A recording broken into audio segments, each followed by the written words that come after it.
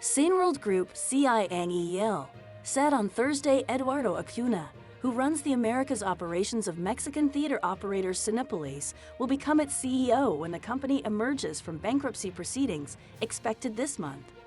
The group, which filed for U.S. bankruptcy protection in September, said lenders had agreed to appoint Acuna as CEO of the newly formed parent company after its restructuring plan becomes effective.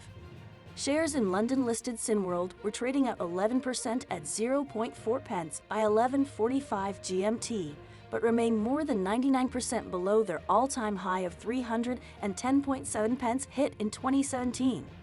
The world's second-largest movie theater chain operator appointed former Pepsi PVDO executive Eric Foss as its new chairman in late June, after filing for administration in Britain as part of a restructuring plan to reduce its massive debt.